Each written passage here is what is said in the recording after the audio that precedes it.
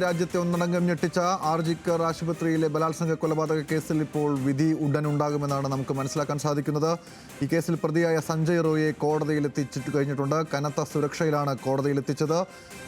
സുരക്ഷ കണക്കിലെടുത്ത് അടച്ച കോടതിയിലാണ് വിധി പറയുക. സെഷൻസ് കോടതി ജഡ്ജി അനിർബൻ ദാസ് ആണ് വിധി പറയുന്നതാണ് നമുക്കിപ്പോൾ കിട്ടുന്ന വിവരം. ഈ വാർത്തയുടെ വിശദാംശങ്ങളുമായി ലീഗൽ കറസ്പോണ്ടന്റ് ഷബ്ന സിയാദുണ്ട്. ഷബ്ന, രാജ്യം ഉറ്റുനോക്കുന്ന മറ്റൊരു വിധി ഏതാനും നിമിഷങ്ങൾക്കകം ഉണ്ടാകുമെന്നാണ് മനസ്സിലാക്കുന്നത്. അടച്ചിട്ട കോടതിയിലാണ് വിധി പറയുക. സുരക്ഷ ശക്തമാണ്. എന്താണ് പ്രതീക്ഷിക്കുന്നത്? ഗൗതം, കഴിഞ്ഞ ദിവസം തന്നെ ഈ പ്രതി കുറ്റക്കാരനാണ് എന്ന് കോടതി കണ്ടെത്തിയിരുന്നു. പ്രതിക്കെതിരെ ബലാത്സംഗം, അതോടൊപ്പം തന്നെ കൊലപാതകം, ഈ രണ്ട് വകുപ്പുകൾ CBI കണ്ടെത്തിയ ഈ രണ്ട് വകുപ്പുകളും തെളിഞ്ഞു എന്ന് കോടതി ചൂണ്ടിക്കാണിക്കുകയും ചെയ്തിരുന്നു. അന്ന് തന്നെ കോടതി പറഞ്ഞിരുന്നു ജീവപര്യന്തമോ വധശിക്ഷയോ വിധി പ്രസ്താവത്തിൽ ഉണ്ടാകും എന്ന സൂചന കോടതി നൽകുകയും ചെയ്തിരുന്നു. കാരണം ഇത്തരത്തിൽ ഗുരുതരമായ രണ്ട് കുറ്റകൃത്യങ്ങളാണ് പ്രതിക്കെതിരെ തെളിഞ്ഞിട്ടുള്ളത്. ബലാത്സംഗവും കൊലപാതകവും, അതും ക്രൂരമായ കൊലപാതകമാണ് നടത്തിയിട്ടുള്ളത്. ഇത് CBI കൃത്യമായി തെളിവുകൾ ഹാജരാക്കിയിട്ടുണ്ട്. പ്രതി തന്നെയാണ് ഈ കൊലപാതകം നടത്തിയത് എന്നതിനുള്ള ശാസ്ത്രീയമായ തെളിവുകൾ ഹാജരാക്കി. ഫോറൻസിക് പരിശോധനാ ഫലങ്ങൾ ഹാജരാക്കിയിരുന്നു. ഈ പ്രതിയുടെ വസ്ത്രത്തിൽ നിന്നും മരിച്ച ഡോക്ടറെ രക്തക്കറ ഉൾപ്പെടെ കണ്ടെത്തുകയും ചെയ്തിരുന്നു. ഇത്തരത്തിലുള്ള കൃത്യമായ തെളിവുകളുടെ അടിസ്ഥാനത്തിലാണ് പ്രതി തന്നെയാണ് കുറ്റക്കാരൻ എന്ന് കോടതി കണ്ടെത്തിയത്. ഏതായാലും ഇത്തരം കുറ്റകൃത്യം ചെയ്യുന്ന ആളുകൾക്ക്, കൊലപാതകം അല്ലെങ്കിൽ ഈ ബലാത്സംഗം, ഈ കുറ്റകൃത്യം ചെയ്യുന്നവർക്ക് ഏറ്റവും കുറഞ്ഞ ശിക്ഷ എന്നത് പറയുന്നത് ജീവപര്യന്തമാണ്. ഏറ്റവും കൂടിയ ശിക്ഷ വധശിക്ഷയുമാണ്. അതുകൊണ്ട് കോടതി അത്തരത്തിൽ ഒരു സൂചന കഴിഞ്ഞ ദിവസം തന്നെ നൽകിയിരുന്നു. ജീവപര്യന്തമോ അല്ലെങ്കിൽ വധശിക്ഷയോ നൽകാവുന്ന കുറ്റകൃത്യം തെളിഞ്ഞു എന്നാണ് കോടതി പറഞ്ഞത്.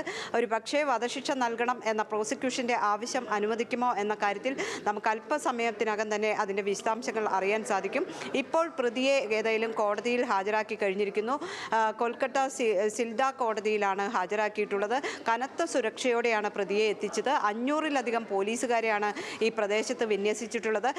ഈ പ്രതിയെ കഴിഞ്ഞ ദിവസം കോടതിയിൽ ഹാജരാക്കുന്ന വേളയിലും പ്രതിയെ തൂക്കിക്കൊല്ലണം, വധശിക്ഷ നൽകണം എന്ന രീതിയിലുള്ള ആവശ്യങ്ങൾ ഉന്നയിച്ചിരുന്നു. ഏതായാലും നമുക്ക് ഇപ്പോൾ ലഭിക്കുന്ന വിവരം അനുസരിച്ച് ഈ കോടതി നടപടികൾ അവിടെ ആരംഭിച്ചു എന്ന് തന്നെയാണ്. കൊൽക്കത്ത കോടതിയിൽ ഇത്തരത്തിലുള്ള നടപടികൾ, അതായത് ശിക്ഷ വിധിക്കുന്നതിനുള്ള നടപടികൾ ആരംഭിച്ചിരിക്കുന്നു. ആദ്യം നമുക്കറിയാം, ഏതെങ്കിലും തരത്തിൽ ശിക്ഷ വിധിച്ചിട്ടുണ്ടെങ്കിൽ ശിക്ഷാ നടപടികളുള്ള വാദമായിരിക്കും നടക്കുക. പ്രതിക്ക് പറയാനുള്ള കാര്യങ്ങൾ ഈ വാദം നടക്കും എന്ന് തന്നെയാണ് നമുക്ക് മനസ്സിലാക്കാൻ സാധിക്കുന്നത്. ഏതായാലും അത്തരത്തിലുള്ള നടപടികൾ ആരംഭിച്ചിട്ടുണ്ട്. പ്രതിയുടെ മാതാപിതാക്കൾ കോടതിയിൽ എത്തിക്കഴിഞ്ഞിരിക്കുന്നു. കഴിഞ്ഞ ദിവസം പ്രതിയെ ഹാജരാക്കിയപ്പോഴും ഈ പോലീസ് വാഹനത്തിന് പിന്നാലെ ആളുകൾ തടിച്ചുകൂടുകയും പ്രതിയെ തൂക്കിക്കൊല്ലണം എന്ന ആവശ്യം ഉന്നയിക്കുകയും ചെയ്തിരുന്നു. ഇന്നും സമാനമായ സംഭവമുണ്ടായി. തുടർന്നാണ് 500-ലധികം പോലീസുകാരെ വിന്യസിച്ചിട്ടുള്ളത്. അതിനുശേഷമാണ് ഇപ്പോൾ അടച്ചിട്ട മുറിയിൽ തന്നെ ഇതിൻ്റെ വിധി പറയാം എന്ന് കോടതി പറഞ്ഞത്. സാധാരണ ഇത്തരത്തിലുള്ള കേസുകളിൽ അടച്ചിട്ട കോടതികളിൽ വിചാരണ നടക്കാറുണ്ട്. എന്നാൽ വിധി പ്രസ്താവം തുറന്ന കോടതിയിലായിരിക്കും നടക്കുക. ഇപ്പോൾ ഈ കേസിൽ വലിയ സുരക്ഷ കണക്കിലെടുത്ത്, കാരണം നിരവധി രാജ്യത്ത് ആകമാനം ഡോക്ടർമാർ അടക്കമുള്ളവർ വലിയ സമരം നടത്തിയ ഒരു കേസാണ്. പൊതുജനം ആ രീതിയിൽ പ്രതികരിച്ച ഒരു കേസാണ്. ഈ ഡൽഹിയിലെ നിർഭയയ്ക്ക് ശേഷം രാജ്യം മുഴുവൻ പ്രക്ഷോഭത്തിലേക്ക് പോയ ഒരു കേസാണ്. അതുകൊണ്ട് തന്നെ പൊതുസമൂഹത്തിൻ്റെ വികാരം കൂടി കണക്കിലെടുത്താണ്, സുരക്ഷ കണക്കിലെടുത്താണ് ഇപ്പോൾ അടച്ചിട്ട കോടതിയിൽ വിധി പറയുന്നത്. ഏതായാലും വിചാരണ നടപടികൾ തുടങ്ങി എന്നാണ് ഏറ്റവും പുതിയ വിവരം.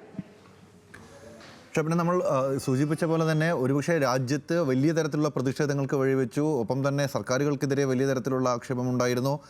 അതിനൊക്കെ ഒടുവിൽ വലിയ വലിയ ഇടപെടലുകൾ ഇപ്പോൾ സുപ്രീം കോടതി തന്നെ പലവട്ടവും ഇതുമായി ബന്ധപ്പെട്ട പ്രതിഷേധങ്ങൾക്കെതിരെ, ഇതുമായി ബന്ധപ്പെട്ട ഡോക്ടർമാരുടെ നിലപാടുകൾക്കെതിരെ, ഇതിൽ സ്വീകരിക്കുന്ന നടപടികൾക്കെതിരെയൊക്കെ വിമർശനം ഉന്നയിക്കുകയും നിർദ്ദേശം നൽകുകയൊക്കെ ചെയ്ത പല വാർത്തകളും സാഹചര്യങ്ങളും ഉണ്ടായിരുന്നു. അപ്പോൾ രാജ്യം ഒന്നടങ്കം ഉറ്റുനോക്കുന്ന ഒരു വിധിയിലേക്ക് പോകുമ്പോൾ ഈ ശിക്ഷ സംബന്ധിച്ചുള്ള അന്തിമ തീരുമാനത്തിലേക്ക് എത്താൻ ഇപ്പോൾ നമുക്ക് മനസ്സിലാക്കുന്നതനുസരിച്ച് ഈ പ്രതി സഞ്ജയ് റോയിയുടെ സാന്നിധ്യം ഈ പ്രദേശത്തുണ്ടായിരുന്നത് വ്യക്തമാക്കുന്ന CCTV ദൃശ്യമുണ്ട്. ബ്ലൂടൂത്ത് ഡിവൈസ് അതുമായി ബന്ധപ്പെട്ട ഒരു നിർണായക തെളിവായി കണ്ടെത്തിയിട്ടുണ്ട്. ഒപ്പം തന്നെ ഇതുമായി ബന്ധപ്പെട്ട് പോലീസ് കണ്ടെത്തിയിട്ടുള്ള മറ്റ് വിവരങ്ങളുമുണ്ട്. അപ്പോൾ ഈ വിധി പരമാവധി ശിക്ഷയിലേക്ക് എത്തിക്കുക എന്നതാണ് ഈ പ്രതിഷേധക്കാരുടെ ഉൾപ്പെടെ അല്ലെങ്കിൽ ഡോക്ടർമാരുടെ ഉൾപ്പെടെ ആവശ്യമായി ഉന്നയിക്കപ്പെട്ടിട്ടുള്ളത്.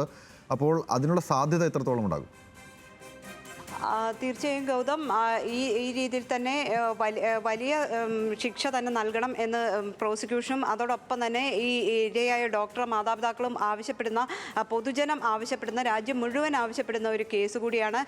തന്നെ കേസിൽ കുടുക്കിയതാണ് എന്നാണ് ഈ പ്രതി കഴിഞ്ഞ ദിവസം കോടതിയിൽ പറഞ്ഞിരുന്നത്. ഇപ്പോഴും അത്തരത്തിലുള്ള കാര്യങ്ങൾ കോടതിയിൽ പ്രതി ആവർത്തിക്കുകയാണ്. താൻ കുറ്റം ചെയ്തിട്ടില്ല എന്ന നിലപാടിലാണ് പ്രതിയുള്ളത്. ഏതായാലും കുറ്റക്കാരനാണ് എന്ന് കോടതി കണ്ടെത്തിയിരിക്കുന്നു. കോടതി കണ്ടെത്തിയതിനു ശേഷമുള്ള അടുത്ത നടപടിയാണ് ഇപ്പോൾ കൊൽക്കത്തയിലെ കോടതിയിൽ നടക്കുന്നത്. അതായത് ഈ പ്രതിക്ക് എന്താണ് പറയാനുള്ളത് എന്ന രീതിയിലുള്ള വാദം നടക്കുകയാണ്. ശിക്ഷാവിധിയിലുള്ള വാദമാണ് ഇപ്പോൾ നടക്കുന്നത്. താൻ കുറ്റം ചെയ്തിട്ടില്ല എന്നാണ് പ്രതി കോടതിയിൽ ആവർത്തിക്കുന്നത്. കുറ്റക്കാരനാണ് എന്ന് കോടതി കണ്ടെത്തിയതിനു ശേഷവും താൻ കുറ്റം ചെയ്തില്ല എന്ന് തന്നെ പ്രതി പറയുന്നു. സഞ്ജയ് റോയ് പറയുന്നത് ഇത്തരത്തിൽ താൻ കുറ്റം ചെയ്തിട്ടില്ല, CBIയുടെ കണ്ടെത്തൽ തെറ്റാണ് എന്ന് കോടതിയിൽ ആവർത്തിക്കുകയാണ്. ഏതായാലും കോടതി നടപടികൾ ആരംഭിച്ചിരിക്കുന്നു. ഉടൻ തന്നെ ഇതിൽ ശിക്ഷ ഉണ്ടാകും. ഇത്തരത്തിൽ അതൊരു സാധാരണ പ്രൊസീജിയറാണ്. കാരണം ഒരാൾ കുറ്റക്കാരനാണ് എന്ന് കോടതി കണ്ടെത്തി കഴിഞ്ഞാൽ പിന്നീട് ഈ പ്രതിഭാഗത്തിന് ഏതെങ്കിലും തരത്തിലുള്ള കാര്യങ്ങൾ പറയാനുണ്ടോ എന്ന് കോടതി ചോദിക്കും. അതിനുശേഷം പ്രതിക്ക് എന്താണ് പറയാനുള്ളത് എന്ന് കോടതി കേൾക്കുകയും ചെയ്യും. അത്തരത്തിലുള്ള ഒരു നടപടിയാണ് ഇപ്പോൾ കൊൽക്കത്തയിലെ കോടതിയിൽ നടന്നുകൊണ്ടിരിക്കുന്നത്. ആ രീതിയിൽ പ്രതിഭാഗത്തിന് പറയാനുള്ള കാര്യങ്ങൾ കേൾക്കും. സാധാരണ നിലയിൽ ഈ കുറ്റം തെളിഞ്ഞു കഴിഞ്ഞിട്ടുണ്ടെങ്കിൽ കുറ്റക്കാരൻ ആണ് എന്ന് കോടതി കണ്ടെത്തി കഴിഞ്ഞാൽ ഈ പ്രതിയുടെ ശിക്ഷയിൽ ഇളവ് വേണം എന്ന കാര്യം മാത്രമാണ് പ്രതികൾ പറയാറ്. എന്നാൽ ഈ കേസിൽ ഈ പ്രതി പറയുന്നത് താൻ കുറ്റം ചെയ്തിട്ടില്ല എന്ന് ആവർത്തിക്കുകയാണ്. കോടതി കുറ്റക്കാരനാണ് എന്ന് കണ്ടെത്തിയതിനു ശേഷവും ഇത് തന്നെയാണ് പ്രതി പറയുന്നത്. CBIയുടെ കണ്ടെത്തൽ തെറ്റാണ് എന്നാണ് കോടതി പറയുന്നത്. ഏതായാലും മാതാപിതാക്കൾ ആവശ്യപ്പെടുന്നത് വധശിക്ഷ തന്നെ നൽകണം എന്നാണ്.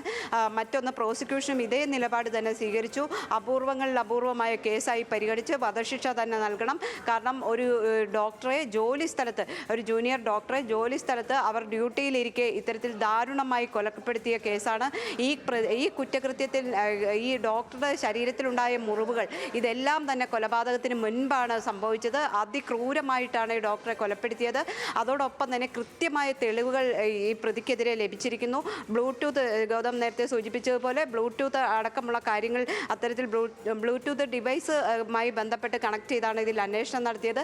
പിന്നീട് CCTV ദൃശ്യങ്ങളിൽ നിന്ന് പ്രതിയുടെ ദൃശ്യങ്ങൾ കിട്ടിയിരുന്നു. അത്തരത്തിലുള്ള കാര്യങ്ങളെല്ലാം കൃത്യമായി CBI അന്വേഷിച്ചു. ആദ്യഘട്ടത്തിൽ ഇത് ലോക്കൽ പോലീസ് അന്വേഷിക്കുന്നു. ലോക്കൽ പോലീസിൻ്റെ അന്വേഷണത്തിൽ തൃപ്തിയില്ല എന്ന് മാതാപിതാക്കളും അതോടൊപ്പം തന്നെ ആർജിക്കർ ആശുപത്രിയിലെ ഡോക്ടർമാർ അടക്കമുള്ളവർ പറയുന്നു. അതിനുശേഷം ഹൈക്കോടതി ഈ വിഷയത്തിൽ നേരിട്ടിടപെടുന്നു. ഹൈക്കോടതിയാണ് ഇതിൽ CBIക്ക് കൈമാറണം എന്ന് നിർദ്ദേശിച്ചത്.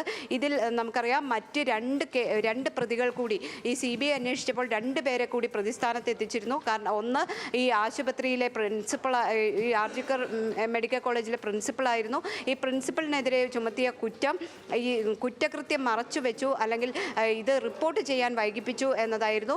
മറ്റൊന്ന്, ഇത് ആദ്യം അന്വേഷിച്ച പോലീസ് ഉദ്യോഗസ്ഥനാണ്. ഈ പോലീസ് ഉദ്യോഗസ്ഥൻ FIR രജിസ്റ്റർ ചെയ്യാൻ വൈകിപ്പിച്ചു. ഇത് അസ്വാഭാവിക മരണം എന്ന രീതിയിൽ കണ്ടെത്തി. ആ രീതിയിൽ മാതാപിതാക്കളോടും ബന്ധുക്കളോടും പറഞ്ഞു എന്നതായിരുന്നു. അത്തരത്തിൽ ഈ 2 പ്രതികൾക്കെതിരെയും കുറ്റം ചുമത്തിയിരുന്നു. പ്രതിസ്ഥാനത്തായിരുന്നെങ്കിലും അവർക്കെതിരെ കുറ്റപത്രം സമർപ്പിച്ചിരുന്നില്ല. അതുകൊണ്ട് ഇപ്പോൾ ഈ കേസിൽ ഏക പ്രതി സഞ്ജയ് റോയിക്കെതിരെ മാത്രമാണ് ഇപ്പോൾ ശിക്ഷ.